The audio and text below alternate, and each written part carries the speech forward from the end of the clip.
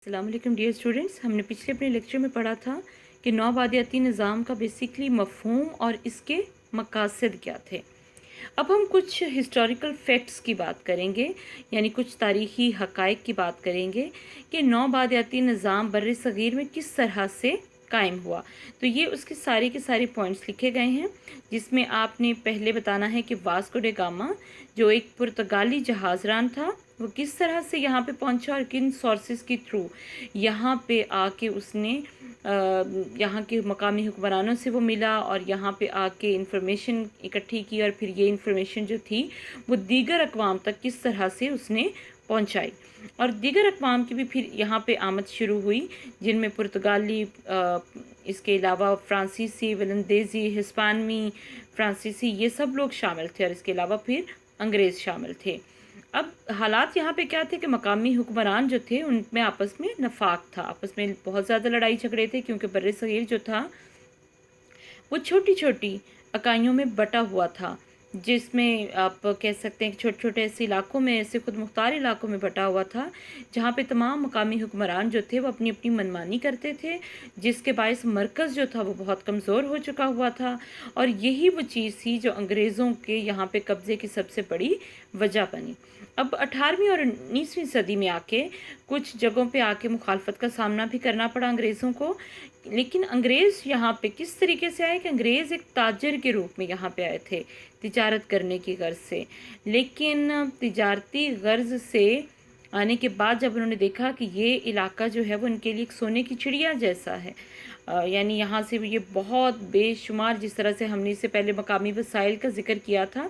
कि किस तरह से इन्होंने मकामी वसाइल को लूटा और किस तरह से इसे बतौर मंडी इस्तेमाल किया, तो इन सब अज़ाइम की तकमील के लिए अंग्रेज़ों ने बर्रे सग़ीर पर कब्ज़ा कर लिया। इसमें बहुत सी जगहों पे उन्हें मज़ाहमत का सामना भी करना पड़ा, जिसमें सुल्तान टीपू और उनके फादर हैदर अली की बहुत बड़ी रेजिस्टेंस जो थी वो इनको फेस करना पड़ी, लेकिन कुछ मकामी गद्दारों की वजह से कामयाबी हासिल ना हो सकी मुसलमानों को। और नाकामी की वजूहात क्या थी? नाकामी की वजूहात बहुत सारी थी, जिनमें से कुछ का अगर हम जिक्र करें तो इसमें एक तो कमज़ोर उनकी मनसूबाबंदी थी मुसलमानों की,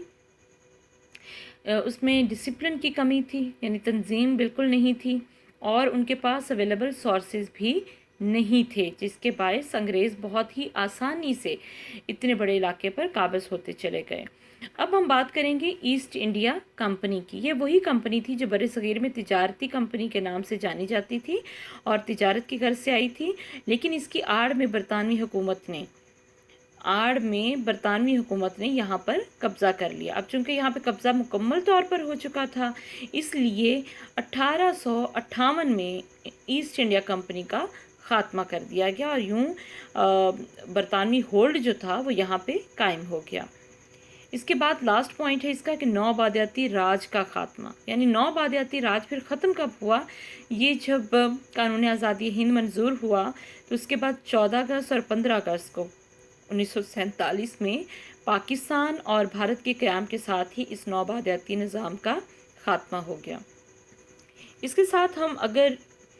लास्ट में देखते हैं कि अंग्रेज़ों की हिकमत अमली क्या रही, अंग्रेज़ों ने किस तरीके से बर्रे सग़ीर पर हमला किया और किस तरीके से कब्ज़ा करते हुए कौन कौन से फ़वाइद हासिल किए। तो सबसे पहला उनका जो फ़ायदा था वो था खाम माल की फ़राहमी, यानी उनकी सनतों को रॉ मटेरियल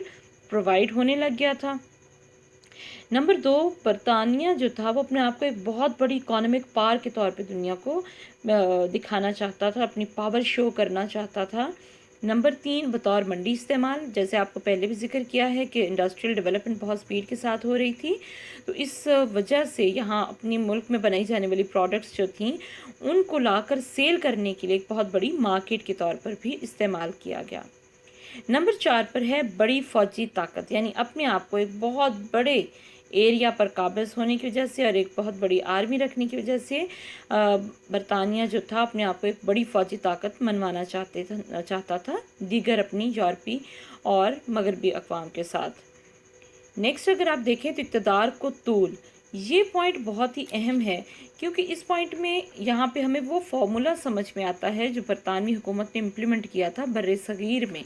और इसी फार्मूले के तहत वो दोनों कौमों को आपस में कभी भी सुलह होने या कभी भी इत्तेफाक पैदा होने के हामी नहीं रहे थे, क्योंकि वो देना चाहते थे अपने इक़्तिदार को तूल। इसके लिए उन्होंने एक फ़ॉर्मूला अपनाया जो था कि तक़सीम करो, किनको तक़सीम करो? हिंदू और मुसलमानों को आपस में कभी इकट्ठे ना होने दो, और फिर हुकूमत करो, यानी तक़सीम करो और अपने इक़्तिदार को तूल देते चले जाओ। तो ये जो था आज का हमारा सवाल यहाँ पे ख़त्म होता है। इस क्वेश्चन को अगर आप गौर से देखें तो ये क्वेश्चन टोटल बेस्ड होगा नौबादियती निज़ाम का मफ़हूम, इसके मकासद, इसके कुछ तारीख़ी हक़ाइक़, तारीख़ी पस मंज़र और इसके बाद अंग्रेज़ों की हिकमत अमली पर। बहुत शुक्रिया।